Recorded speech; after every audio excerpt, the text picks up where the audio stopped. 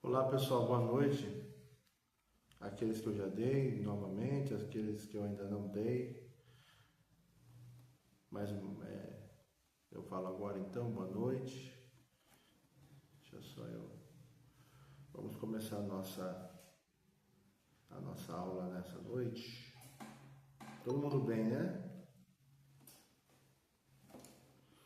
Todo mundo joinha? Boa noite a todos.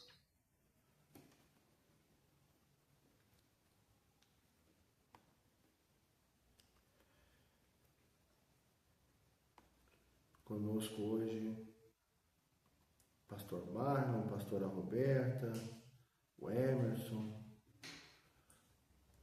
o Dudu, a Andy, a Ana Carla, Radassa está aqui também, o Sáquia já está aí. Mais gente vai chegar aí para fazer a nossa aula. Vamos orar ao Senhor, vamos agradecer pelo dia de hoje, pela semana que se iniciou. Depois a gente começa a nossa aula e começa a bater o nosso papo. Tá gravando aí, Radassa, certinho? Muito bem. Oremos. Deus, nós queremos te louvar e bendizer o teu santo nome, nós queremos te agradecer a Deus pelo sustento, pela vida, pelo teu cuidado.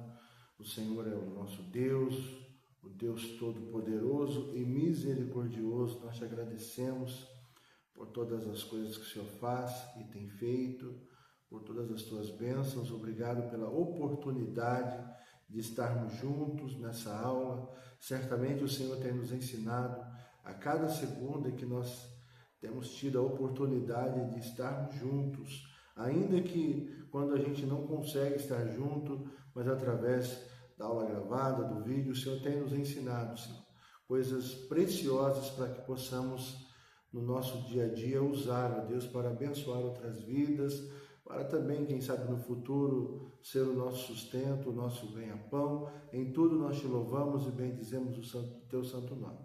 Amém. Louvado seja o nome do Senhor Jesus. Quem já está analisando a esposa, o marido, a tia, o tio, o dono da padaria, quem já tá aí trabalhando, mesmo que informalmente, já está trabalhando como analista, já está, esse aqui, ó, faltou lá alguma coisa no período da amamentação dele, ó.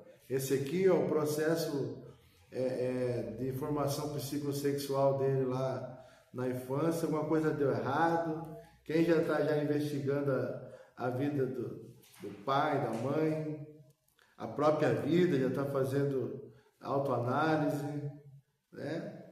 É bom. Essa semana eu não falei muita coisa, eu não coloquei muita coisa para vocês descansarem, para a mente dar uma desligada. Até para mim dar uma desligada, até para minha mente também dar uma desligada. Então, mas essa semana agora nós vamos pegar firme, tá? Que a gente está terminando a questão da fase psicossexual, ou das fases psicossexuais, e aí vai ficar muito jóia de conversar algumas coisas, tá? Eu acredito que vocês tenham gostado da nossa última aula, que nós fizemos aquela análise de caso, tá? Muita coisa ficou ali para a gente pensar, para a gente estudar, e foi muito jóia. Tivemos alguns feedbacks, né? Chegou também aí a pastora Valdeia, chegou também o Jorge Henrique, e que benção. Boa noite, a paz. Boa noite, a paz. Deus abençoe, viu? Muito jóia. Eu vou colocar aqui para a gente o texto que nós vamos usar aqui. Só um minutinho para eu encontrar aqui. Vou fechar uma janelinha aqui, vou abrir outra. Já está no jeito aqui, só um minutinho. A gente vai retomar bem rapidinho a respeito do complexo de Édipo. A gente vai terminar esse assunto, tá? Tirar todas as dúvidas que ainda possam restar. E aí a gente vai falar da última fase psicossexual, que é o período de latência, tá? Que é que faz a ponte para as novas organizações psíquicas na cabeça do ser humano, do indivíduo, tá? Então a gente vai trabalhar isso daí, deixa eu... Vocês lembram direitinho a respeito do complexo de Édipo, lembra?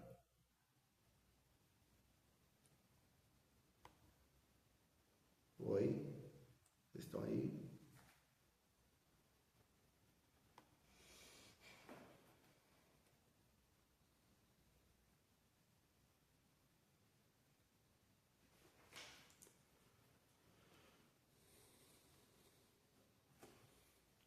Eu preciso... Me deem 15 segundos, eu preciso salvar como PDF aqui, senão eu não consigo jogar na aba do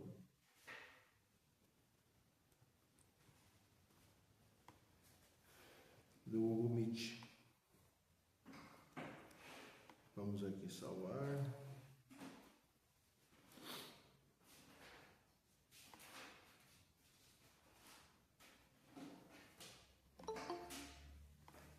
Tem mais gente chegando aí.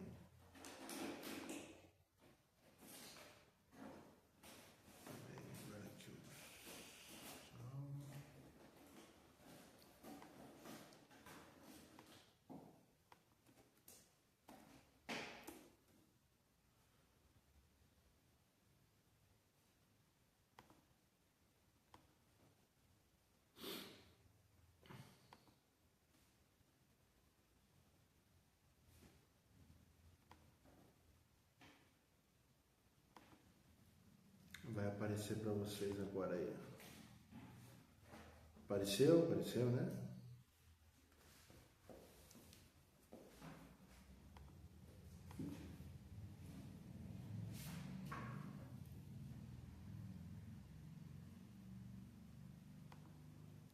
Aumentou aí na tela? Dá um joinha, aumentou na tela aí? Joia. Então, na aula anterior, não na passada, mas na penúltima que nós fizemos, a gente discutiu, eu estava discutindo a respeito do complexo de Édipo, que é onde o pai, a figura masculina, geralmente a figura paterna, ele vai fazer aquela castração do menino, né? A gente vai retomar aqui, tá? O complexo de Édipo como um dos momentos centrais do desenvolvimento psíquico descrito por Freud. Lá na aula passada nós vimos que a criança investe afetivamente nas figuras parentais, sobretudo na figura do pai e na figura da mãe. E experimenta sentimentos ambivalentes de amor, rivalidade, desejo e ciúme. O garoto ele tenta disputar a atenção com relação à mãe frente ali ao pai. A menina ela internaliza a figura paterna com relação à mãe, né? Mas o Édipo ele não permanece indefinidamente, não permanece para sempre, né? Em determinado momento, a criança precisa renunciar à realização direta de seus desejos. É no complexo de Édipo que a castração acontece. A criança ela começa a perceber, ela percebe definitivamente que o mundo não gira em torno dela, ela não tem controle sobre o pai, ela não tem controle sobre a mãe, e chega uma hora que ela perde essa guerra, e faz parte. A criança precisa perder essa guerra, e aí a partir disso ela vai começando a entender o seu lugar no mundo, quem ela é, quem é o pai, quem é a mãe, quem é a mãe, quem é o pai, quem é o responsável no caso de não ter a mãe, não ter o pai, às vezes a avó, o avô, uma tia, uma pessoa que tentou pelo menos cumprir ali a função desse responsável sobre a vida dessa criança. Então, em determinado momento, segundo o parágrafo, em determinado momento, a criança precisa renunciar à realização direta de seus desejos e ela vai começar a aceitar os limites impostos pela realidade. Ela começa a entender, né, da forma dela ali, eu sou criança, eu sou filho, eu sou a filha, a minha mãe não vai casar comigo no caso do menino, o meu pai não vai casar comigo no caso da menina, né? Ou então a outra pessoa que faça esse papel aí. Essa renúncia não representa apenas uma perda, ela inaugura, tá, uma transformação fundamental da vida psíquica da criança. É justamente dessa transformação que emerge, que surge então o superego, tá? Então, quando o complexo de Édipo ele vai terminando, ele vai sumindo, ele vai acabando, o superego, quando o complexo de Édipo acaba, ele morre, nasce então o superego. A criança vai começando a adquirir o juízo, a consciência, ela começa a ser formada. Então, primeira coisa para a gente entender aí, ó. Logo depois do complexo de Édipo, é inaugurado então o superego na mente da criança, mas ele vai começando a existir. E nesse período, chega na vida da criança, após ali os 5 anos, 6 anos, um pouquinho mais, um pouquinho menos, é inaugurado um outro período psicossexual, ou o último período psicossexual, que é o período de latência. Anotem isso aí, período de latência. Então, vamos falar desde o começo quais são os períodos, vamos ver quem consegue lembrar? Vamos lá? Primeiro período psicossexual, que começa lá com 0 anos, até 1 ano e 6 meses. Qual é o primeiro? Fase oral. Fase oral. Oral, muito bem. O segundo, qual é?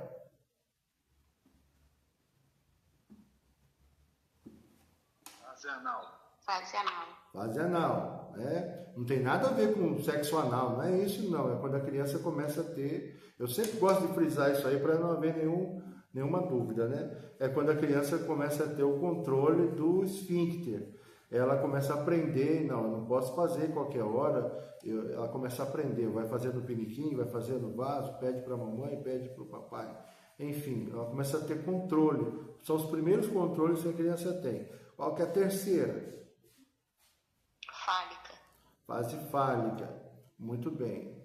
Fase fálica, ela começa a ver, o menino vê que tem o pênis, a menina vê que não tem o pênis, tem o órgão genital feminino, a vagina, enfim, e aí as coisas vão acontecendo. A quarta fase.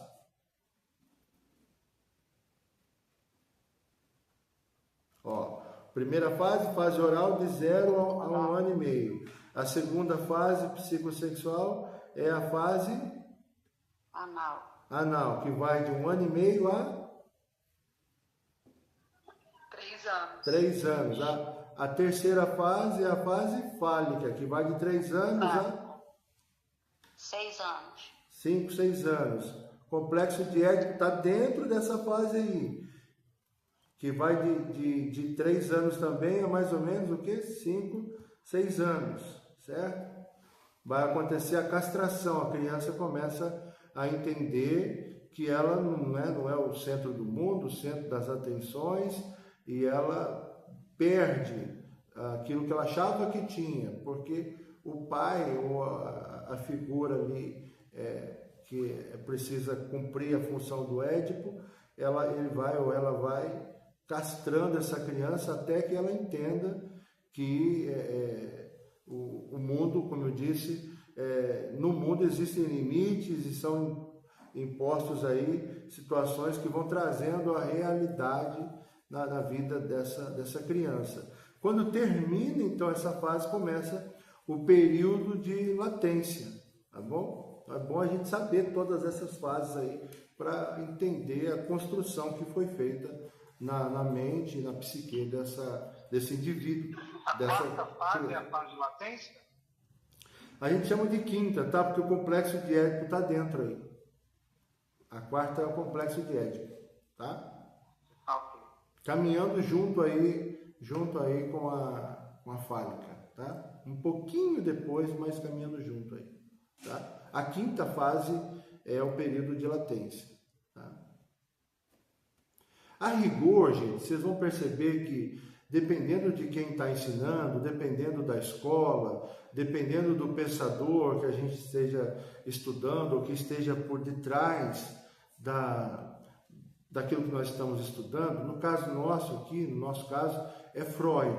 Mas se fosse, por exemplo, um outro pensador, se fosse Lacan, ou se fosse qualquer outro, você vai ver que muda um pouquinho os termos, mas quando a gente vai estudando profundamente, a gente vê que as fases são colocadas com outros nomes, mas as coisas que vão acontecendo na vida daquela criança, daquele infante, são muito parecidas, tá? Só muda o nome, depois vocês vão, a gente se der tempo, a gente pode, quando eu falo depois, é depois, em outra aula, a gente pode passar um pouquinho, só de forma introdutória, o pensamento de outros 2 ou 3 aí, pessoas ligadas aí, lá no início dos estudos da psicanálise, tá? Tem Freud, que a gente está estudando, tem Lacan, que não é muito diferente em idade de Freud, tem Melanie Klein, e, enfim, tem vários outros aí que a gente pode depois dar uma olhada. E não tem problema nenhum, vocês estão fazendo aqui a aula comigo, e vocês podem também pesquisar, ver vídeo, é muito bom para vocês comparar, entender, tá tudo certo, tá? Não precisa ser só de Freud. Eu escolhi Freud porque é o pai da psicanálise, eu estudei muito sobre Freud. Ah, mas tudo você concorda? Não, mas aí a gente vai trabalhando as teorias e vai aprendendo e vai desenvolvendo o nosso pensamento psicanalítico a respeito do assunto, tá? Então, após aqui, ó, período de latência, uma ponte para novas organizações psíquicas. O período de latência, no período de latência acontece a dissolução do complexo de Édipo. O Édipo começa a ir embora, tá? E inicia-se então esse período chamado de latência. Freud observou que aproximadamente entre os 6 anos e o início da puberdade, ou seja, o início da adolescência, ocorre uma relativa diminuição da intensidade dos conflitos sexuais infantis, tá? As energias psíquicas passam a ser direcionadas para a aprendizagem e socialização, os vínculos de amizade e a construção de habilidades culturais, certo? Aí, é por isso que a criança, por exemplo, ela vai para a escola, ela sai ali do prézinho, do pré, e ela vai para o primeiro ano, ela começa a aprender a ler, ela começa a construir palavras, frases, juntar as sílabas, ela começa a aprender raciocínio lógico de 7, 8 anos, 9 anos, começa a aprender os numerais, as 4 operações, é nessa fase aí, tá? A criança deveria não pensar em nada de questão sexual e deveria se concentrar a fazer algumas coisas. A gente vai elencar aqui, quer ver? Ó. Deixa só eu. Hoje não está mexendo aqui, deixa eu...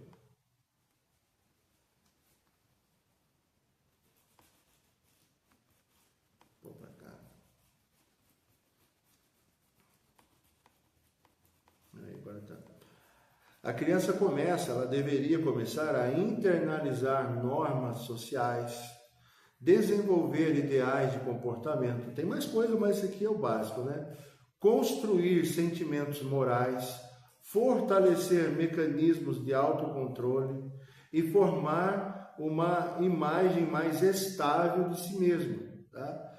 E é nesse contexto, vai acontecendo junto, enquanto o período de latência está acontecendo, é nesse contexto que o superego ele vai se consolidar. O superego começa a ser construído pelo Édipo, né? Lá no complexo de Édipo, mas no período de latência, e aí Freud vai dizer isso, o superego surge a partir dessa internalização das figuras parentais, do pai, da mãe, do vô, da avó, essa coisa toda, tá?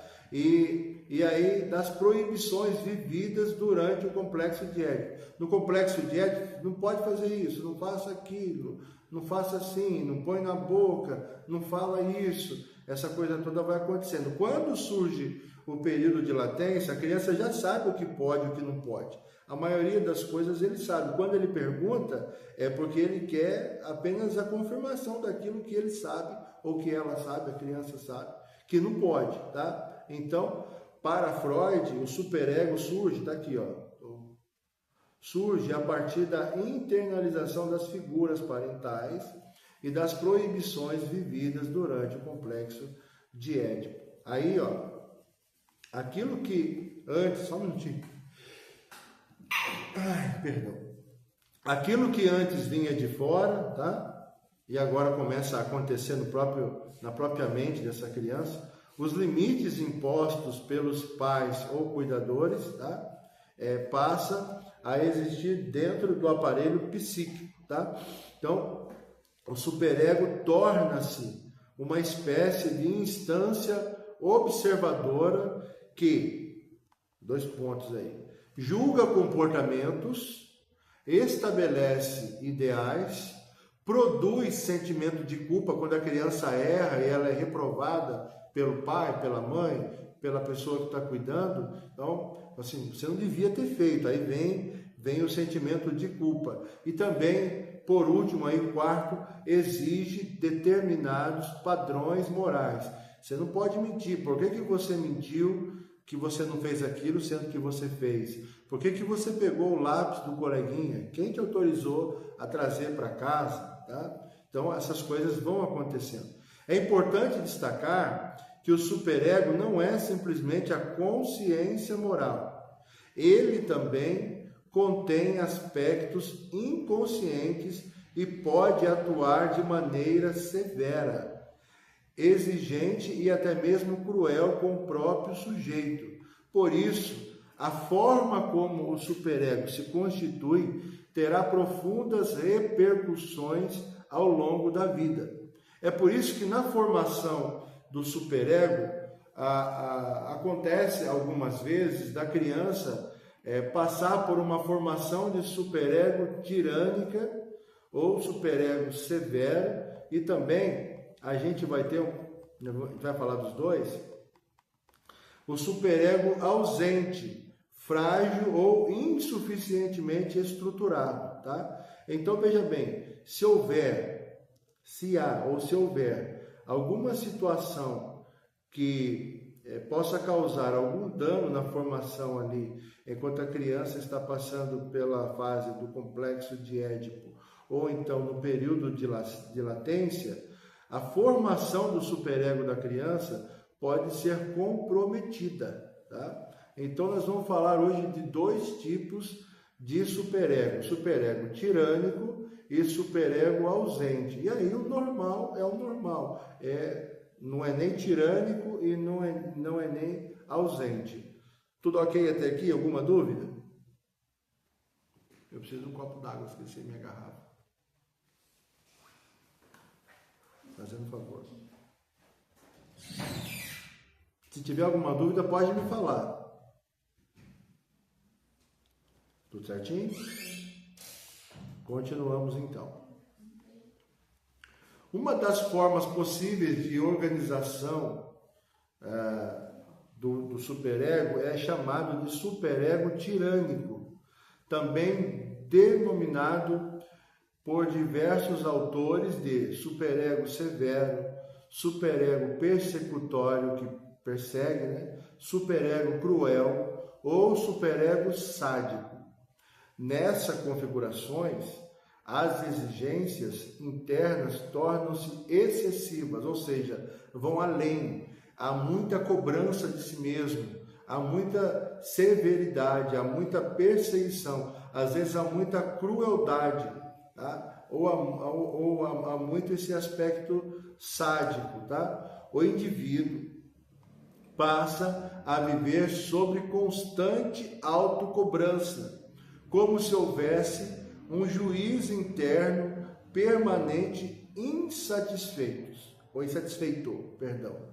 Algumas características frequentes são, veja aí a palavra frequente, tá? Algumas características frequentes são perfeccionismo extremo, sentimentos excessivos de culpa, dificuldade em reconhecer conquistas, tá? Geralmente quem é perfeccionista tem dificuldade mesmo de reconhecer conquista, medo intenso de errar, tá?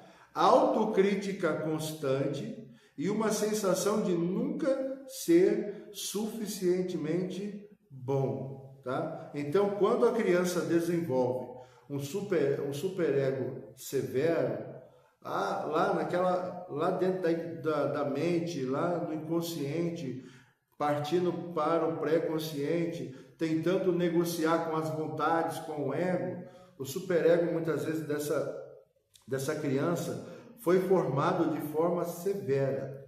E aí você pensa assim, então baseado no que nós estudamos a respeito do período da fase oral, é porque essa criança ficou sem mamar ou faltou?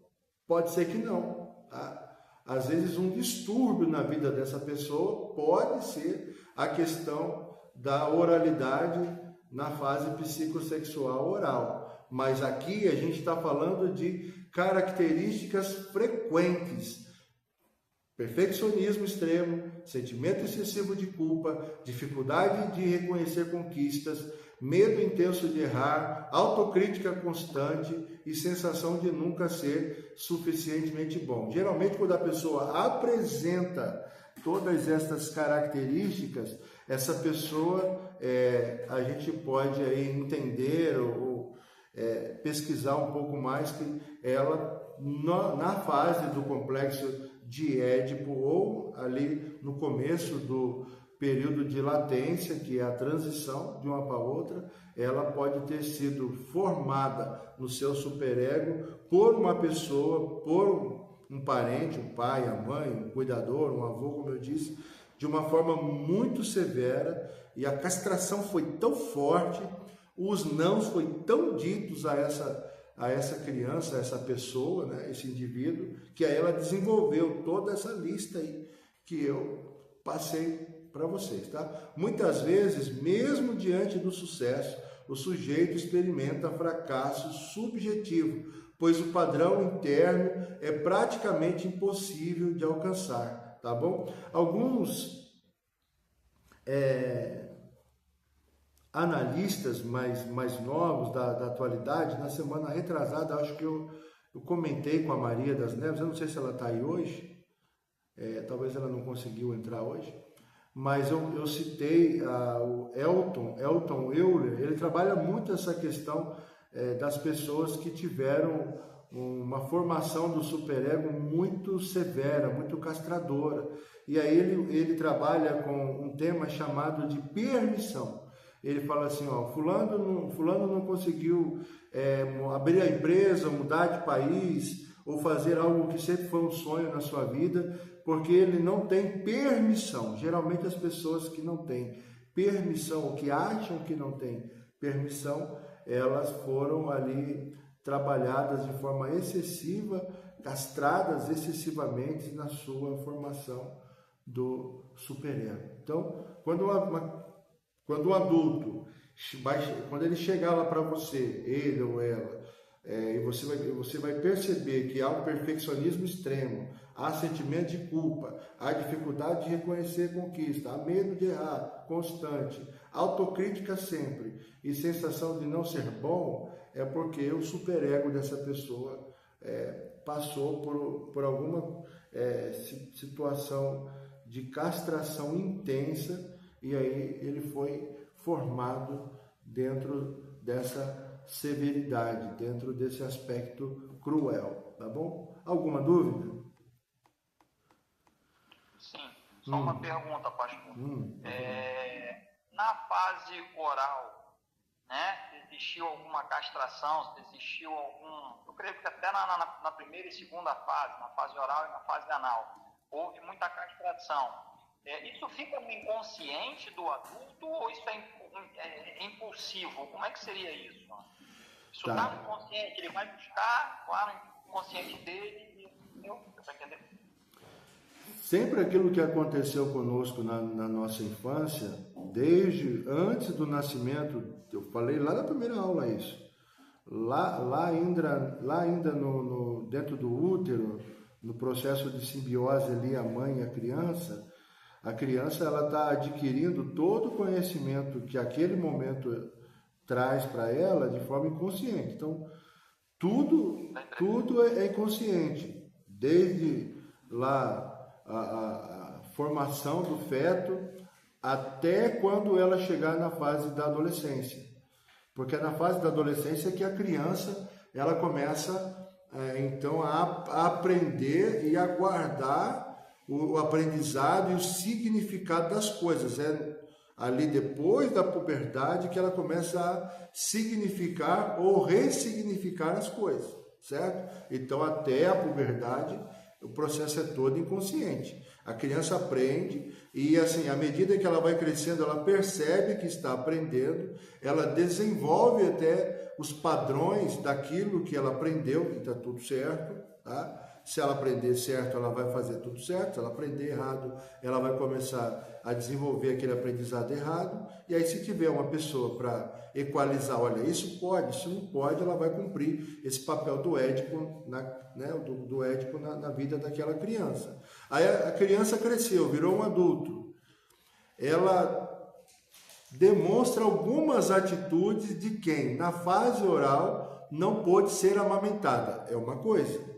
Então ela vai ter dificuldade falando dentro do aspecto cristão, né? Ela vai ter dificuldade de crer em Deus, de acreditar que Deus cuida, aquela coisa toda. Mas isso não quer dizer que ela tem um superego tirano, severo, ok? O que vai demonstrar que aquela pessoa, aquele indivíduo tem um superego severo ou tirânico é o que aconteceu com ela na formação do superego entrando no período de latência, ok? Então eu estou falando isso, e é boa a sua pergunta, para que a gente não fique com dúvida. A pessoa ela só tem dificuldade na confiança nela mesma e de Deus, pode ter acontecido algum problema na amamentação, ok? Agora, não é só isso, a pessoa ela busca perfeccionismo extremo, ela tem culpa o tempo todo, ela não reconhece aquilo que ela conquistou, tem medo excessivo de errar, arrepia só de pensar que pode errar, se critica toda hora. Aí o problema não é lá na fase oral, o problema é no término do complexo de Édipo para o período de latência, entendeu? Então a gente, como analista, a gente explica isso. Sabe por que você é muito perfeccionista? Geralmente, esse indivíduo, quando criança, se espelhou em alguém, tá? Se espelhou no pai, que era muito severo, que também possuía um superego severo, se espelhou na mãe, a mãe cobrava demais, ou de repente, ou o pai, ou a mãe, enfim, o indivíduo que teve um papel primordial na criação dessa criança, se uma dessas pessoas foi, por exemplo, narcisista, tá? Aí a criança ela foi muito amassada, foi muito apertada, foi muito cobrada. E a gente vai falar depois sobre narcisismo. Nós falamos um pouquinho sobre o narcisismo primário do indivíduo, que é quando a criancinha lá, de 0 ano até 1 ano e meio, ela achava que o mundo girava ao redor do umbiguinho dela, mas esse narcisismo todo ser humano tem, tá? Mas depois a gente vai falar do narcisismo clássico, que é uma psicopatologia, tá? Da psicanálise, da psicologia, enfim. E a gente vai estudar um pouco a respeito disso. E o que acontece? Essas coisas a respeito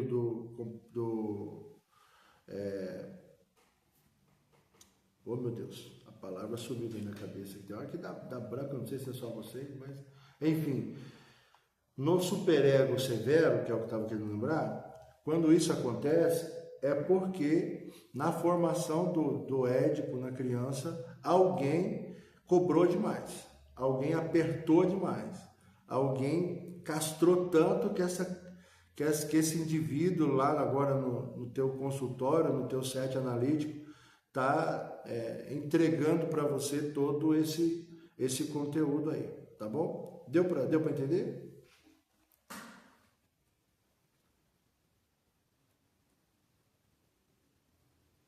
Deu, Emerson? Não vi. Agora eu vi o gesto. Muito bem. Então, em situações extremas, podem surgir na vida daquela pessoa que tem o superego severo, né? Transtornos depressivos, quadros de ansiedade intensa, sentimentos de indignidade. Eu não sou digno disso aqui, por que está acontecendo comigo? A pessoa vence na vida, mas mesmo assim ela acha que não é merecedora daquilo, né? E aí também podem surgir comportamentos autossabotadores. A pessoa chegou até lá em cima e quando ela vai viver o ápice da vida, ela vai lá e autossabota. Eu vou dar um exemplo para vocês. Um exemplo da minha família. A minha avó, mãe do meu pai, ela criou o meu pai num sistema onde o superego dele foi criado, foi gerado nele de forma muito forte. A minha avó foi muito cruel com o meu pai, tá? Eu não sei se ela era narcisista, os elementos que eu tenho não dá para analisar, porque na época eu não era psicanalista e ela faleceu já tem 16, 17 anos, então eu não conseguia fazer, e não consigo fazer agora essa análise. Mas eu consigo ver o seguinte, por exemplo, minha avó teve 4 filhos homens, certo? Meu pai o mais velho. A minha avó sempre foi um pouco inimiga da limpeza, da cozinha, e ela fazia com que os filhos, e sobretudo meu pai, que era o mais velho, que ele limpasse a casa, que ele limpasse a cozinha, isso desde muito pequenininho, 5, 6, 7 anos. Essa história eu sei porque meu pai me contou. E aí quando meu pai, ao invés de limpar a casa, ele ia correr na rua, subir num pé de árvore, pegar uma fruta, nadar no rio, e ele não fazia o que a minha avó pedia para ser feito, a minha avó, além de dar uma surra nele, como dito naquela época, além de dar uma sova nele, ainda trancava ele no banheiro, sem roupas, batia nele sem roupa, colocava ele pelado no banheiro sem roupa, isso com 5, 6, 7 anos, 8 anos, e quando meu avô chegava, o meu avô perguntava, por que esse rapaz está preso no banheiro sem roupa? Ah, porque ele não faz nada, ele não me ajuda, ele só quer saber de agarrar a rua, esse rapaz vai ser bandido, porque só fica atrás de nada. Aí meu avô vinha e batia de novo no meu pai, certo? Então meu pai, ele cresceu e foi tomando para si esse superego muito castrador. Então, fazer aquilo que ele gostava de fazer era motivo de apanhar. E era acusado de coisas que ele sequer fazia. Então, à medida que meu pai foi crescendo e ele se tornou um adulto, ele desenvolveu esse superego severo ou tirânico. E ele replicou isso em nós. Tá? Graças a Deus, quando nós crescemos e nós tivemos os nossos filhos, estou falando eu e meus irmãos, eu tenho mais 3 irmãs, mais 2 irmãos, sendo que um faleceu, então éramos 6, agora somos 5. E aí, à medida que a gente foi crescendo e casando, e os netos foram chegando, e o coração dele foi sendo transformado por Jesus, isso foi mudando na vida dele. Mas até a nossa transição aí de adolescente para adulto, o meu pai também aplicou na nossa vida, eu digo eu e os meus irmãos, aplicou na nossa vida essa tirania do superego. Entende? Então, assim, existem momentos na criação minha, com os meus filhos, com a minha esposa, que eu preciso fazer algumas análises de mim mesmo, se eu também não estou replicando o comportamento do meu pai na formação dos meus filhos, tá? Então, eu já me peguei, mas aí já me peguei fazendo essa análise, e eu tenho tentado há muito tempo já, sobretudo depois que eu passei a entender essas coisas, eu tenho tentado ressignificar a minha vida. Agora eu sei que eu posso mudar isso em mim. porque isso foi gerado em mim por conta daquilo que foi gerado no meu pai pela minha avó. E fica muito menos difícil, não que fica mais fácil, mas fica muito menos difícil de ressignificar isso quando a gente entende a dor da pessoa que fez aquilo conosco.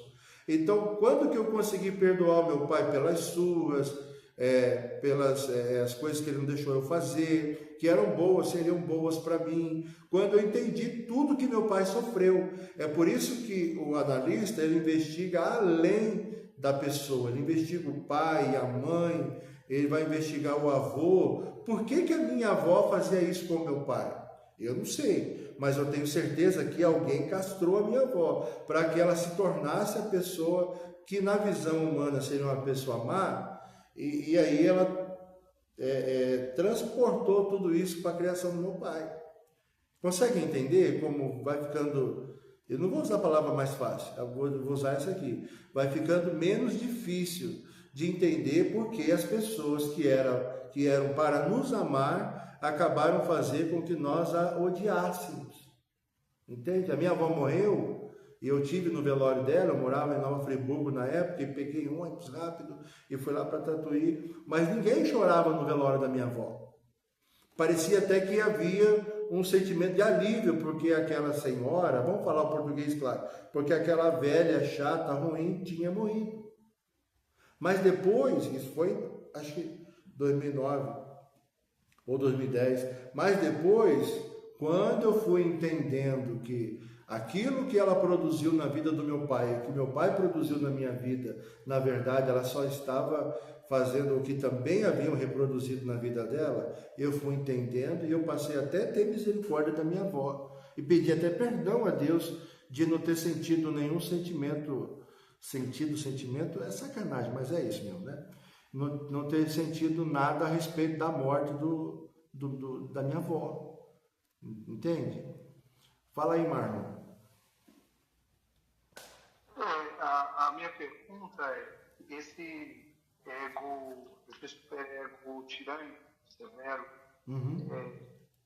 pode ter níveis diferentes de severidade e, consequentemente, isso produzir menos ou mais esse tipo de transtorno que a gente está vendo aí, como esse excesso de perfeccionismo, quadros depressivos, ansiedade, pode ter níveis ou não acontece? Tá, anota uma palavrinha aí, ó. Anota aí no caderninho de vocês.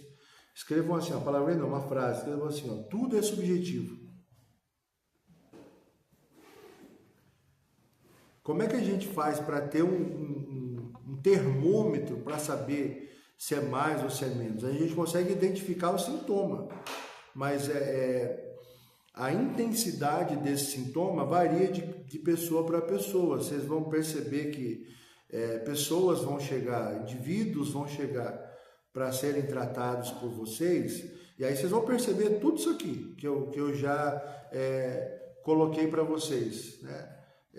Aqui, ó, perfeccionismo extremo, sentimento de culpa, dificuldade para reconhecer a conquista, o medo de errar, a autocrítica, a sensação de insuficiência na questão de ser bom, e tudo isso pode vir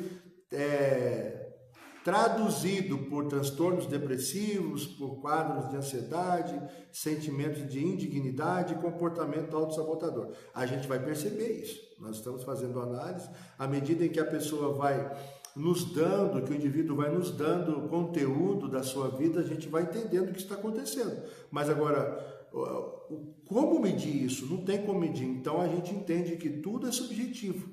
A gente vê o sintoma, a gente vê o que está acontecendo com a pessoa e entende que o superego dela tem uma característica tirânica, severa, sádica, enfim, dentro dessa classe de qualificações ou de características, mas a gente não sabe se é muito, se é pouco, a gente só consegue enxergar o que tem. Agora, a quantidade que tem, aí, Marlon, fica difícil, tá? Dá, é claro, se você comparar com outra pessoa, dentro do conteúdo que você tem de cada pessoa, você pode falar, pastor Samuel, ele desenvolveu aí na infância um superego tirânico, mas o Emerson, ele também desenvolveu, mas o Emerson parece que é mais, porque ele está mais depressivo, ele está mais ansioso, ele está sentindo mais que é indigno, ele está mais se auto-sabotando, aí você fez uma comparação com alguém, mas o nível não tem, tá? Mas dá para ver que existe,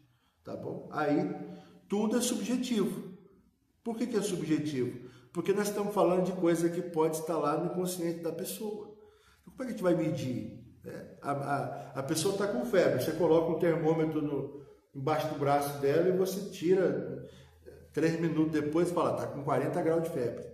Mas não tem um termômetro para pôr na mente da pessoa, ela tem 40% do ego dela é severo. Então, a sua pergunta é boa, porque precisa ser respondida, mas a resposta que eu tenho é essa, a gente não tem como saber, a gente tem como identificar o sintoma, tem sintoma. Tá bom? Então, por exemplo, às vezes as pessoas acham que alguém está depressivo porque não deu certo alguma coisa no trabalho, e não é. Pode ser que seja que ela desenvolveu ali na fase da sua infância, desenvolveu um superego severo, um superego tirânico. A pessoa muitas vezes não consegue sair do vício, não consegue largar a bebida, não consegue largar a cocaína, vou usar assim, apareceu o saque aqui, eu vou usar de exemplo. E aí, muita gente que não tem esse conhecimento ou não lida com o droga adicto, no caso dele, ali, todos os dias, vai dizer assim, fulano não tem força de vontade, ele é um safado, ela é uma safada, sem vergonha, não tem nada disso. Tem a questão da formação dessa pessoa, ela não consegue parar, ela quer, ela deseja aquilo, ela, no fundo, ela não queria ser assim, mas ela se auto-sabota, porque aconteceu alguma coisa, ela se espelhou em alguém que não deveria ter se espelhado, ela aprendeu com alguém que ela não deveria ter aprendido, e ela desenvolveu isso.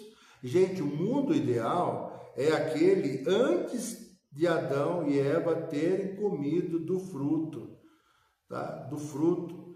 Antes disso, tudo era perfeito, tudo era certinho. Mas depois que o pecado entrou no mundo, ele desencadeou todas essas coisas. E a culpa é de quem? A culpa é do pecado. O ser humano nasce com a capacidade de pecar. Ele nasce com a capacidade de transgredir a lei moral de Deus. Mas ele muitas vezes não quer. Tá? Só que se a gente pega a Bíblia, vamos trazer a nossa psicanálise aqui para a luz da Bíblia, quando ele pega a luz da Bíblia, o apóstolo Paulo falando lá em Efésios 2, 1, 2 e 3, o que o apóstolo Paulo vai dizer lá? O ser humano, ele está morto em seus pecados e delitos. Ele está andando agora segundo o príncipe desse mundo. Ele não tem controle sobre si, ele quer ter controle, mas não tem.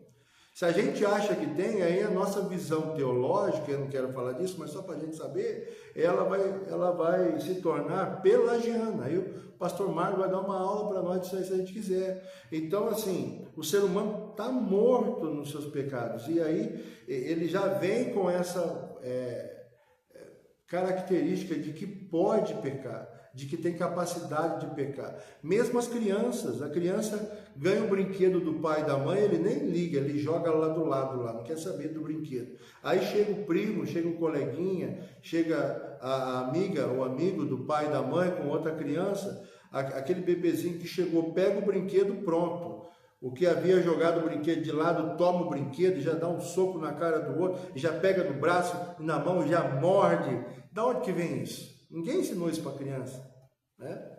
Ninguém ensinou isso, ela já sabe. Tem um aninho e meio e já sabe fazer. Por quê? Porque o ser humano tem a capacidade de errar, tem a capacidade de pecar. A gente vai lembrar isso também na sessão de terapia, tá? Não vai dizer que a pessoa ela é boa, ela é mal, ela é má, mas não queria ser. Não, a gente vai falar a verdade. Olha, nós nascemos com a capacidade de pecar e a gente quer muitas vezes pecar. A verdade é essa, a gente quer transgredir a lei moral de Deus. Mas quando a gente entende que algumas situações que nós vivemos na nossa infância, elas potencializam essa facilidade de pecar, aí a gente, sabendo disso, vai ressignificando a nossa vida, ok?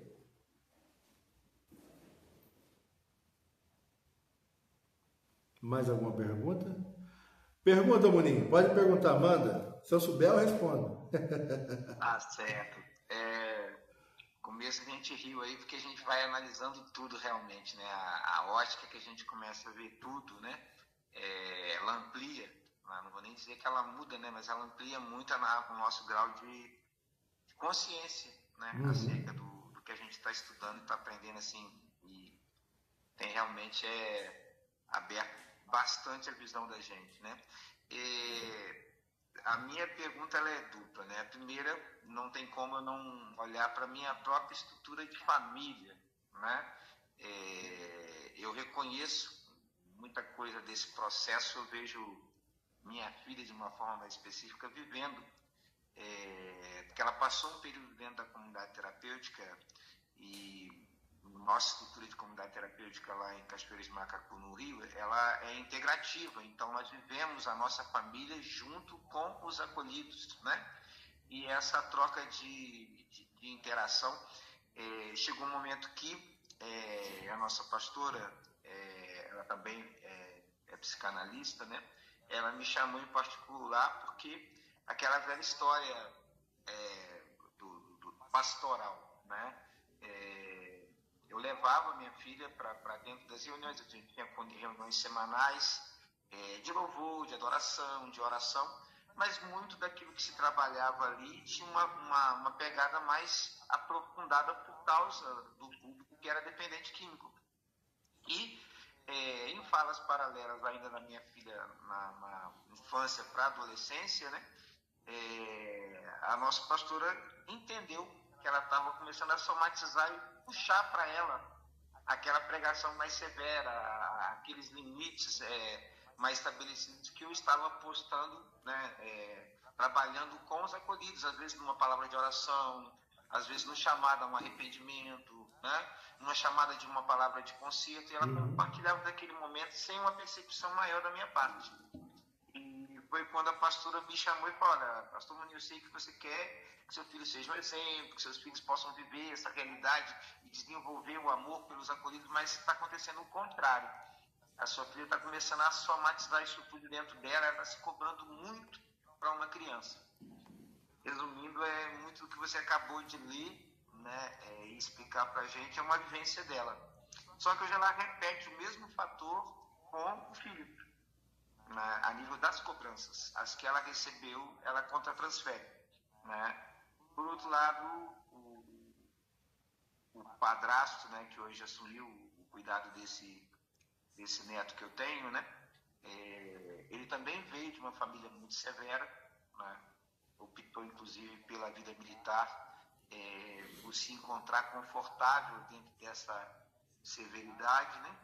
E aí eu vejo hoje a construção ou desconstrução, não sei que palavra eu posso dizer aí, né? Tudo é subjetivo, acabei de anotar aqui, né?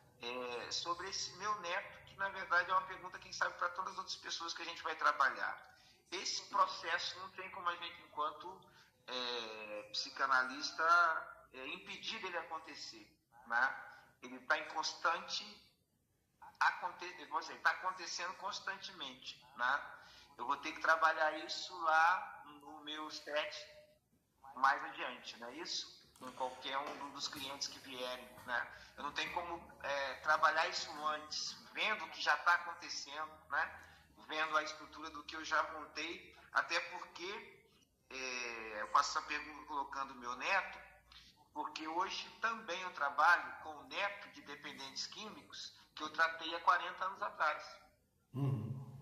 Hoje, às vezes, é aquele avô que um dia foi recuperado e que está trazendo o neto que está com o mesmo problema, hoje focado, às vezes, no crack, na cocaína, aquilo que lá atrás eu tratei de um pai ou de um avô, que é avô hoje, né? E ele não conseguiu romper esse elo, né, desse aprendizado, aí, dessa fase da latência, né?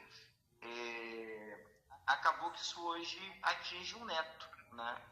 Atinge o filho que ele traz para o tratamento. Então, tem me chamado muita atenção isso, né? Que tipo de ferramenta a gente pode trabalhar? Não tem uma prevenção nessa hora, né?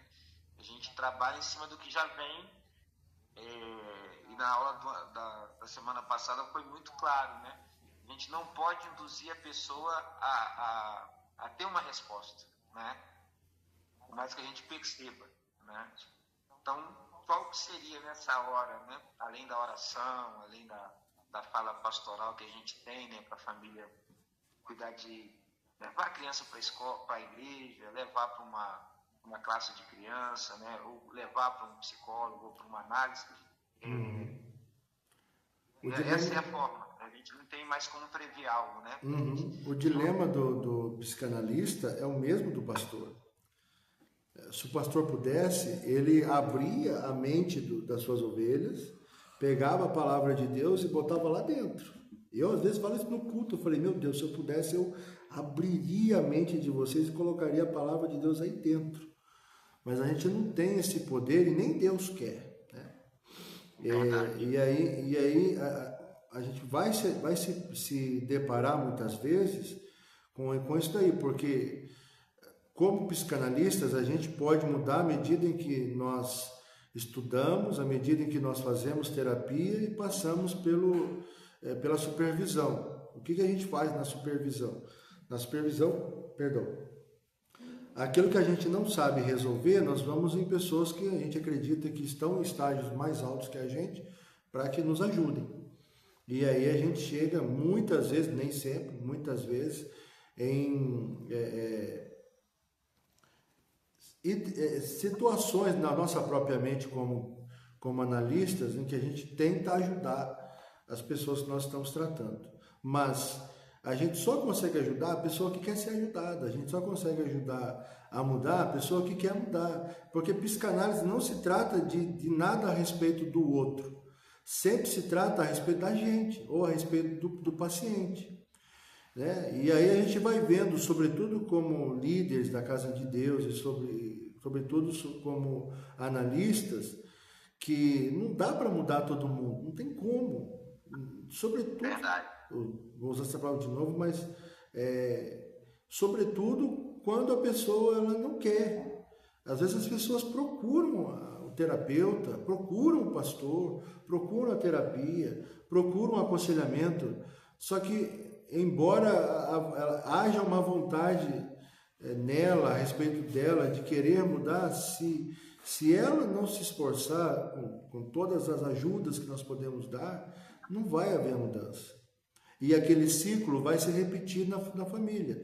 Aí as igrejas chamam de maldição hereditária, as igrejas chamam de ciclo nefasto, e tem outros nomes também, mas é só alguém da família que veio depois replicando algo a respeito de alguém que veio antes, entendeu? Sim. A gente usa aquele exemplo lá que já usamos de Abraão que mentiu, que depois Isaac que mentiu, depois Jacó que mentiu, e a gente vê José quebrando o ciclo ali, mas mesmo assim seus outros irmãos mentiram, levaram isso adiante. Nós temos consequências no mundo todo, né, a respeito das mentiras, e continua tendo mentira no mundo até hoje, e só vai acabar quando a gente, como cristão, entende isso, quando Jesus se manifestar pela segunda vez e tal, mas vai ser assim. Agora, o que a gente pode fazer? A gente pode ser agente de amenizar a dor, de tentar ajudar, de tentar entender um pouco daquilo que é subjetivo na mente da pessoa. Então, o que a gente precisa como analista entender? Quem faz milagre é Deus.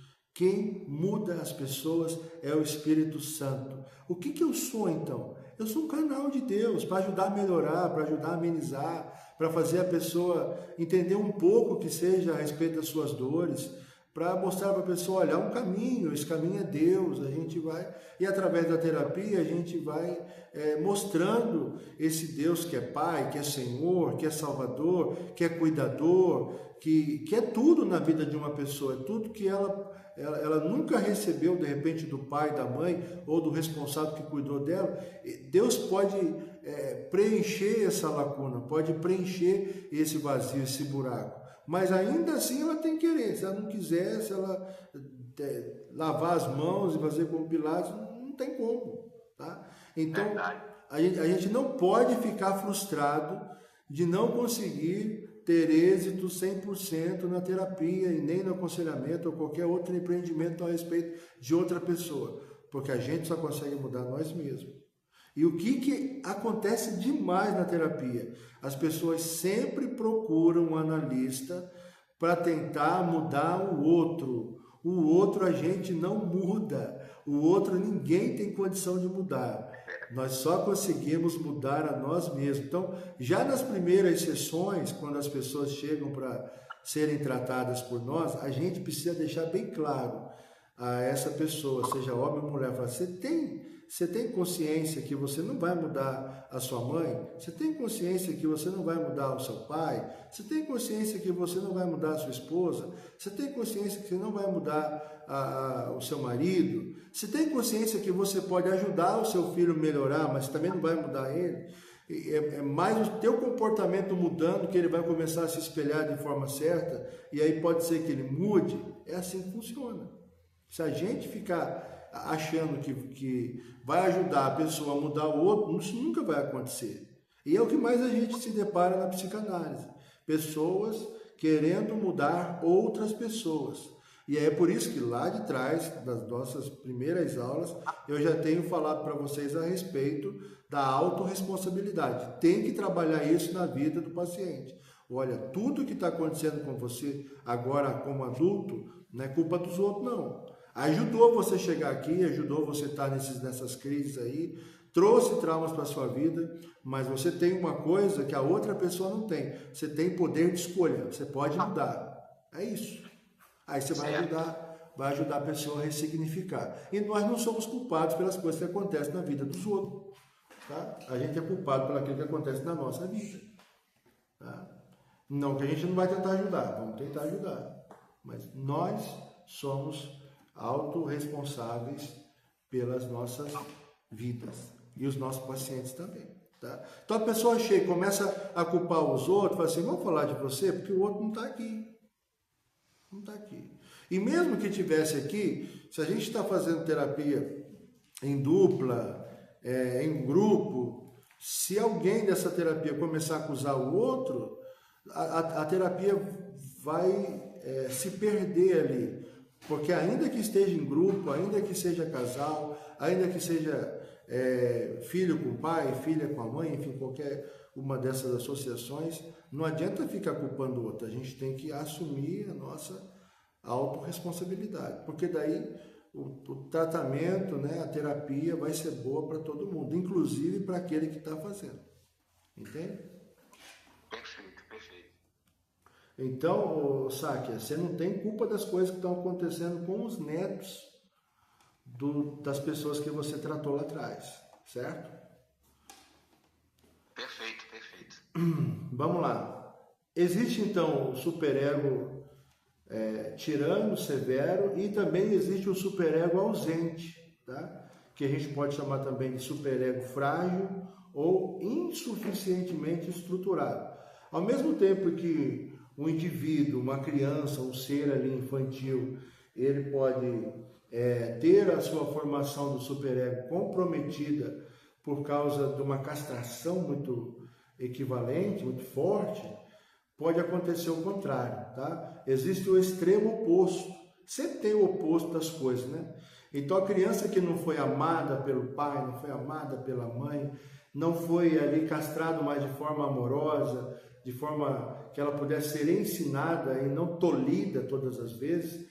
Se existe então o superego severo, existe também o superego ausente, tá? Então no texto aqui, ó, no extremo oposto, vocês me dão um minutinho só para eu tomar água? Eu esqueci a garrafinha hoje, eu preciso ali tomar água.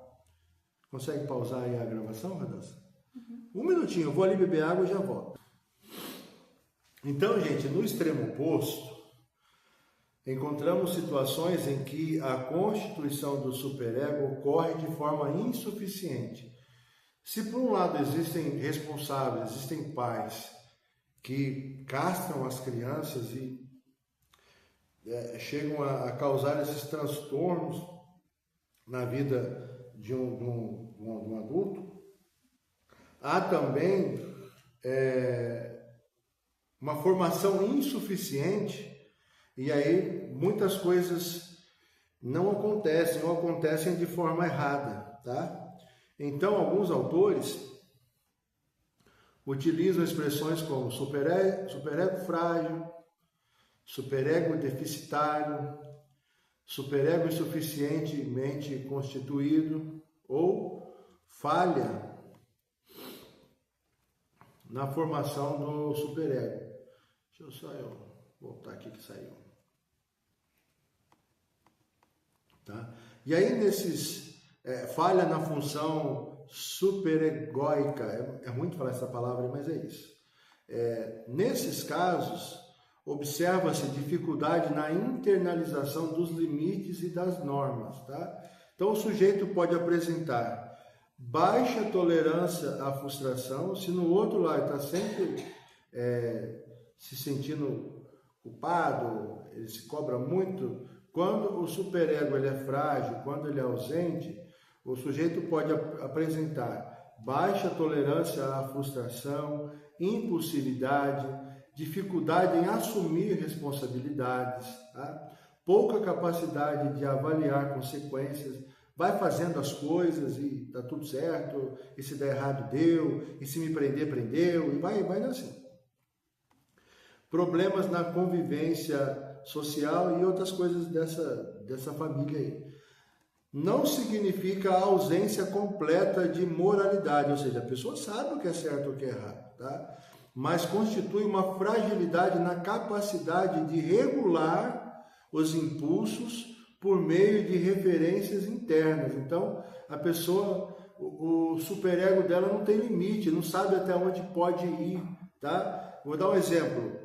Um homem viu uma mulher e achou a mulher bonita, achou a mulher atraente, só que aí, se ele tivesse um superego normal, um superego bem formado, ele ia olhar para aquela mulher e dizer assim, olha, eu nem a conheço, ela nem me conhece, não posso chegar lá e pegar ela para o braço e abraçar aquela mulher e beijar na boca dela, não pode ser assim, porque ela é filha de alguém, ela é mulher de alguém, é esposa de alguém, mas quando o superego ele é ausente, a pessoa não mede consequência, não gostou daquela mulher, vai lá. A gente via muito nos filmes americanos, né, da década de 80, 90, o cara queria lá e a mulher querendo ou não, ele queria atacar aquela mulher. Isso denota pessoas e indivíduos com superego ausente, tá?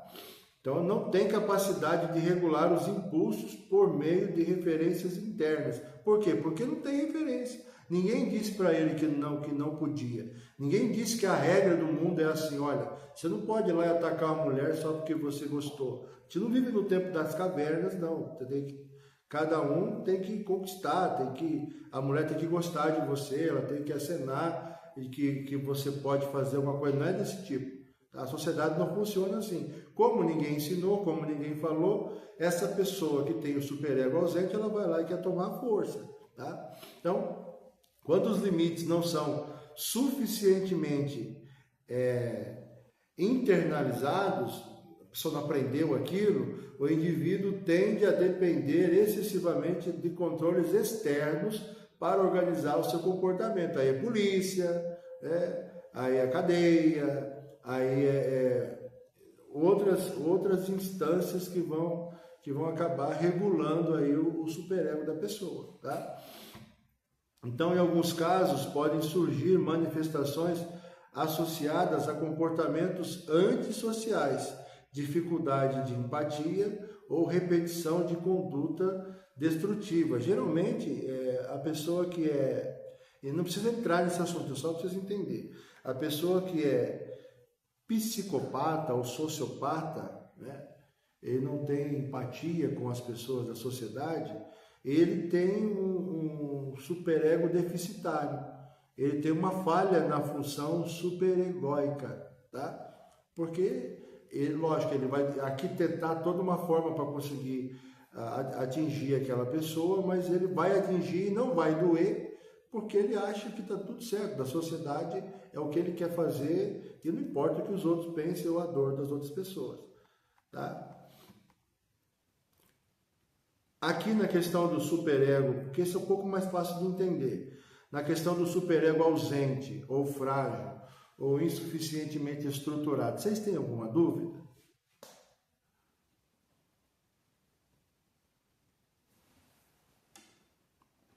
Todas? Nenhuma?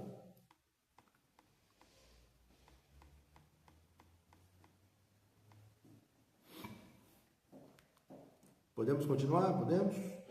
Então, o que acontece? Do ponto de vista psicanalítico, nenhuma dessas formas extremas, ou seja, o superego severo ou o superego deficitário, ausente, nenhuma dessas formas favorece o desenvolvimento saudável, tá? Então, quando a pessoa está muito desequilibrada, quando ela a questão dela social está muito complicada, ela não está conseguindo viver com ninguém, nem com ela mesma, ou de repente com as pessoas em sociedade, é só caminhar por essa trilha, por esse caminho aí da questão da formação do superego, buscar lá na infância, que vocês vão encontrar ali pontos para começar a desenvolver e criar, gerar esse quebra-cabeça psicanalítico que eu já falei lá atrás, e aí vocês vão conseguir achar um fio da meada aí para começar a tratar essa pessoa, tá bom? Ou então mostrar para,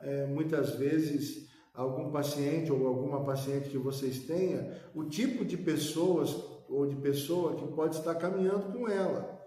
Mas aí a pessoa vai fazer o quê? Ela, entendendo a pessoa que está com ela, é mais fácil dela conviver.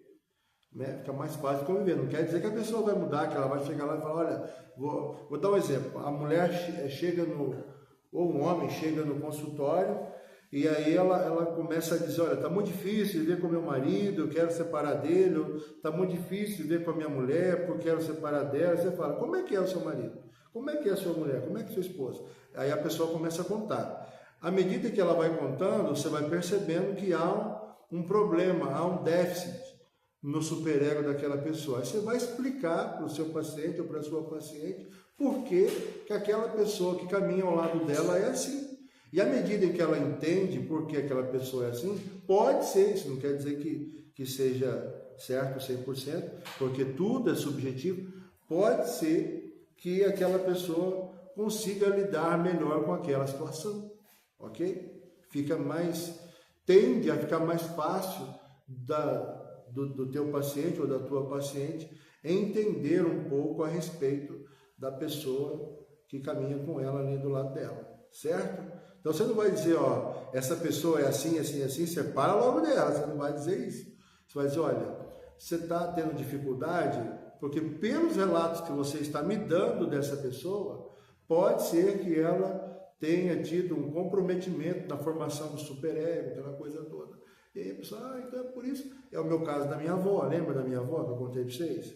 A minha avó não era um diabo na terra, a minha avó foi criada também de uma forma muito severa, e aí ela desenvolveu isso e trouxe para a criação do meu pai trouxe para a minha criação, mas agora eu sabendo e tendo todo o conhecimento que eu tenho, cabe a mim, cumpre a mim mudar isso daí. Eu não posso fazer a mesma coisa com a minha filha, com o meu filho, com a minha esposa. E como é que a gente resolve? Essa é a pergunta. Como é que a gente resolve? Fala aí para mim.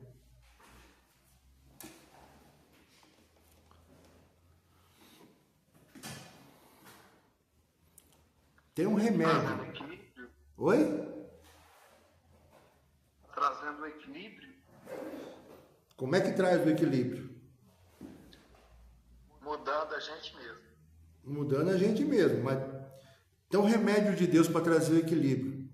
Tem um remédio de Deus que conserta as coisas. Qual é? Oração. Oi? Oração. Oração é muito bom, mas não é esse o remédio, não. Tem um remédio de Deus. É o remédio de Deus para o ser humano. Qual é o remédio de Deus para o ser humano? Para consertar as coisas que estão quebradas. Oi? Então, A minha esposa falou aqui, ainda bem que vocês não ouviram. Qual é? Qual é? Jesus. Pedir perdão. Pedir perdão e perdoar. Esse é o remédio de Deus para a humanidade. Se a pessoa que caminhou com você, que tinha que cuidar de você, não fez o que tinha que ter feito, desenvolveu em você um superego tirânico ou um superego ausente, você está sofrendo hoje, você precisa perdoar. Você precisa falar para a pessoa que você está tratando, que se ela está sofrendo por uma coisa que outra pessoa fez, Porque outra pessoa também fez com ela, o remédio para isso é perdão. Agora, as pessoas são orgulhosas, elas não querem perdoar. Elas têm dificuldade de perdoar. E aí a culpa não é sua. A culpa não é sua. Agora, você tem todos os elementos para mostrar para essa pessoa o caminho que ela tem que trilhar, o caminho que ela tem que andar. O caminho se chama perdão. Pedir perdão e liberar perdão. Esse é o caminho da cura. Tá? Tudo passa por aí. Veja bem, o meu pai, como eu disse para vocês, já no passado, e tudo isso estou falando do amor, tá? Me enforcou, me deu tapa na cara, eu quase briguei com meu pai, saí da mão com meu pai, me deu centenas de surra, e eu amo meu pai, mesmo, ele faleceu agora dia 4 de janeiro, não está mais aqui, e eu continuo amando meu pai. Por quê? Porque eu entendi que meu pai fez aquelas coisas porque a minha avó fez com ele, a minha avó fez com ele porque a minha bisavó ou o meu bisavô deve ter feito alguma coisa com ela, ou alguém cometeu algum abuso, e abuso não é só o sexual, tem abuso também moral, tem abuso, né, através de atitudes. E aí eu resolvi perdoar a minha avó, a mãe da minha avó, a minha bisavó, o pai da minha bisavó. Da mesma forma que o problema na família se estabelece através das gerações, a solução também se estabelece através das gerações. A gente pega, por exemplo, Ezequias, que quando começou a reinar tinha 25 anos de idade, e o pai dele só reinou 16 anos, o Acais, e tinha feito as maiores barbaridades diante de Deus. A primeira coisa que ele faz para resolver o problema que ele estava vivendo, ele fala assim: Deus, está lá no capítulo, acho que 29 do segundo livro dos Reis, ele fala assim: Deus, eu estou entrando agora na tua presença porque eu quero pedir perdão pelos pecados cometidos pelos meus pais, pelos meus ancestrais. E Deus perdoou. E a Bíblia vai dizer no 32 que Ezequias fez o que era reto diante de Deus, que ele foi fiel. Lá no final ele comete uns erros também, mas nada que pudesse comprometer a vida dele com Deus. Então a gente não consegue apagar o passado, mas a gente consegue consertar o nosso presente e o nosso futuro. E a gente precisa falar isso para as pessoas. É por isso que a terapia cristã, ela é imprescindível, tá? Que a gente pode buscar e vai conseguir achar esse equilíbrio, que a gente pode corrigir as coisas que foram feitas conosco e pode ajudar as pessoas a corrigirem as coisas que foram feitas com elas, mas ela vai precisar querer. Agora, se você quer, você pode, você consegue, tá? Porque o perdão não é seu, o perdão é de Jesus, o perdão é de Deus. A gente não tem condição de fazer nada, mas em Deus, em Cristo Jesus, a gente pode perdoar, e sem problema nenhum, e sem perda nenhuma, porque se a gente perdoa, se a gente libera perdão, a gente passa a viver uma vida plena, uma vida livre, sem nada preso com ninguém no passado e sem precisar prender nada no futuro de alguém, tá? Então, voltando aqui no texto aqui, ó, para a gente terminar, a busca do equilíbrio, então, do ponto de vista psicanalítico, nenhuma dessas formas extremas favorece o desenvolvimento saudável. Um superego excessivamente rígido aprisiona, e um superego excessivamente frágil desorganiza. O desenvolvimento psíquico mais favorável ocorre quando o sujeito consegue construir uma instância moral capaz de orientar sem esmagar, limitar sem anular e promover responsabilidade sem produzir culpa excessiva. Mas pode produzir culpa? Claro que pode. Se a criança errou, se a criança mentiu, se a criança pegou algo que não é dela, ela precisa ser disciplinada. Mas qual que é a disciplina que você vai dar? Vai fazer igual a minha avó? Vai dar uma surra, trancar no banheiro pelado, e quando meu avô chegar, ele dá outra surra do meu pai? Não. Então a disciplina tem que ser com amor, né? Tem que ser a disciplina a partir da perspectiva de Deus, tá? Essa condição, esse desenvolvimento psíquico favorável ocorrendo, vai produzir na pessoa autocrítica realista, tá? Então, vai ter crítica sim, mas vai ser realista, tá? Capacidade de reparação, o que é capacidade de reparação? Capacidade de pedir perdão, tá? Dá para consertar as coisas, dá para consertar, né? Flexibilidade emocional, tem hora que eu estou nervoso sim, tem hora que eu estou bravo sim, mas tem horas, isso não é o tempo todo. Em alguns momentos da minha vida que isso vai acontecer, afinal de contas eu não sou perfeito, tá? Respeito aos próprios limites, né? Por exemplo, eu perdoo, mas eu não vou voltar a me relacionar com aquela pessoa que me traiu, com aquela pessoa, eu não estou falando só de relação conjugal, marido e mulher, com aquela pessoa que eu já dei algumas chances a ela, eu já acreditei algumas vezes que ela teria capacidade de mudar e não mudou e está me fazendo mal, então eu faço o quê? Perdoo, mas coloco o limite, não vou deixar essa pessoa se aproximar mais da minha intimidade. Posso ver na rua, posso cumprimentar, vou continuar sendo educado, respeitoso, vou orar por aquela pessoa. Se ela precisar de ajuda, eu vou até ajudar, mas intimidade não, porque aí eu reconheço, respeito os meus próprios limites. Aquela pessoa vai me fazer mal, né?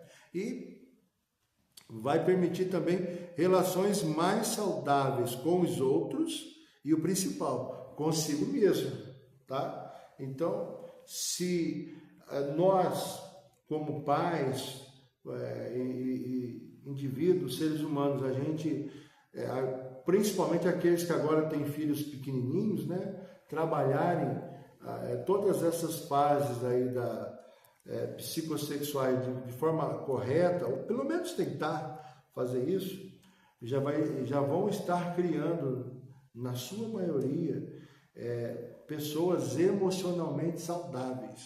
Isso é muito bom. Mas, pastor, você falou assim, na sua maioria, porque tem como, ainda que a gente tente ser o melhor possível, essa pessoa não se torne, sim, mas aí é um outro assunto, tá bom?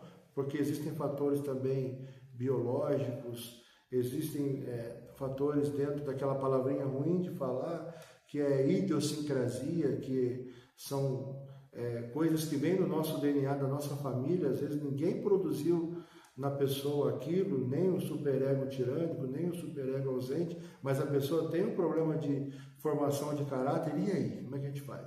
Mais na frente a gente vai falar sobre isso, tá bom?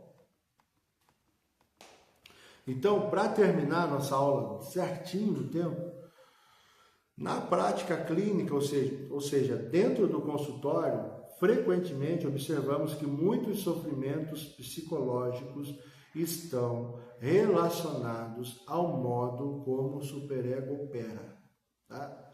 Algumas pessoas chegam ao consultório dominadas pela culpa e pela autocensura, autocrítica. Outras apresentam dificuldades em reconhecer limites, regras ou responsabilidade, superego ausente. O trabalho do analista, o trabalho do terapeuta é buscar compreender como essas formas de funcionamento foram construídas ao longo da história do sujeito e quais experiências contribuíram para a sua formação, para a sua constituição. Mais do que eliminar o superego, a análise procura tornar sua atuação menos persecutória, menos perseguidora e mais integrada à realidade do indivíduo. Amém, gente? Solta o microfone, senão eu não ouço.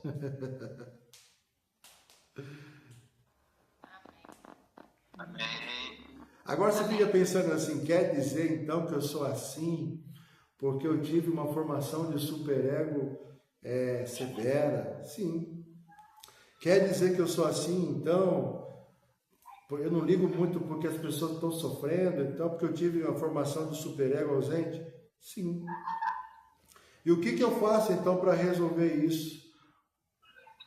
Reconstruo, ou permito que o Espírito Santo reconstrua a minha personalidade. Onde está escrito isso? Está escrito na Bíblia. Está escrito lá em Gálatas, capítulo 5, versículo 22. Mas o fruto do Espírito é paz, amor, alegria, bondade, longanimidade, que mais? Fidelidade, perseverança, domínio próprio, enfim. Acho que perseverança não tem, mas faz parte também e tal. Então tá lá. Tá? Mas como é que eu mudo o meu pensamento? Tá lá em Filipenses capítulo 4, versículo 8. Finalmente, irmãos, tudo aquilo que é bom, é honesto, é amável, se tem algum louvor, se é de boa fama, nisto ocupai o vosso pensamento. Agora você ficar pensando o tempo todo, eu não presto, eu sou isso, eu não cheguei lá, eu não fiz aquilo. Aí a mente vai ser construído na nossa mente uma fortaleza que não é de Deus. E a pessoa não vai ficar preso naquele ciclo nefasto, naquela maldição hereditária. Chame como você quiser. Tá? Então é isso. Dudu, tem sim o PDF. É porque o meu computador está no conserto e eu usei outro aqui, mas eu vou juntar isso que eu passei para vocês na primeira apostila e aí eu coloco amanhã lá no grupo, tá bom? Tem tudo. Vocês vão ficar com todo esse material para vocês, fica tranquilo, tá? Tá bom? Alguma dúvida? Ó, vocês verem como acabou mesmo, ó, tá? Aí a gente vai falar do próximo assunto, mas não hoje, na segunda-feira que vem. Tá joia?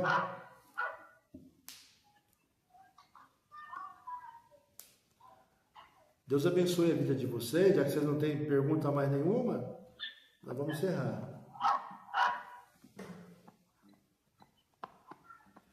Jorge Henrique, tem alguma pergunta? Tá por aí?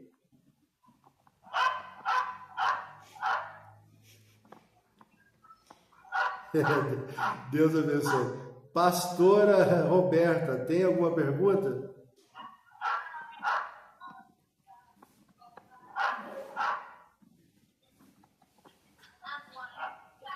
Então vamos encerrar. Deus abençoe a vida de vocês, tá? Quem quiser ver essa aula de novo vai estar disponibilizada até quinta-feira no YouTube. Ana Carla, Deus abençoe. Tem alguma pergunta, Ana Carla, antes de ir embora? Tá tudo certinho, pastor. Obrigada, viu? Ótima aula. Deus abençoe. Hoje eu usei. Oi? Hoje, mais uma vez, eu usei um pouco do que eu tô aprendendo já na terapia. Maravilha. Uma abordagem na rua, uma menina chorando um tantão, uma adolescente. Uhum. Consegui orar com ela e aconselhar também de uma forma bem terapêutica. Foi interessante a experiência. Muito joia, é isso aí. Vai lá, pastora Roberta.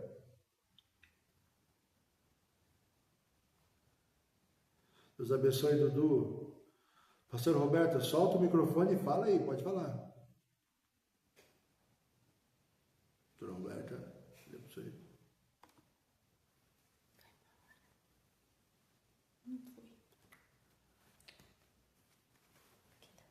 Sáquia, tá com a mãozinha levantada aqui, fala aí. Não, é porque eu acabei não baixando, mas tá tranquilo. Tá joia. Tudo. Pastora Roberta. Amém. Tá ótimo. Se a pastora Roberta não conseguir falar, é porque o seu microfone está desativado. Só ativar ele, só aplicar nele e falar. Tem que ficar o microfone sem o risquinho, daí ele fala. E aqui, ó. Aí, só falar. Se você está falando e nós não estamos ouvindo, pode ser algum probleminha no som. Mas daí você pode colocar lá no grupo a pergunta que eu respondo, tá bom? Deus abençoe a sua vida. Deus abençoe a pastora Valdeia, pastor Luiz esteve aqui também, pastor Marlon. Ai, pastor, boa noite. Glória a Deus. Eu vou profetizar, quer ver? Pastora Andy, pastor Emerson, vou profetizar na vida dessa turma aí. O Jorge Henrique já é pastor, Eduardo daqui a um tempo vai ser pastor também, pastor Marlon já é pastor, enfim, glória a Deus pela vida de vocês. Radassa vai ser pastora também, glória a Deus. Fiquem todos com Deus, uma boa noite, bom descanso, um beijão, tá?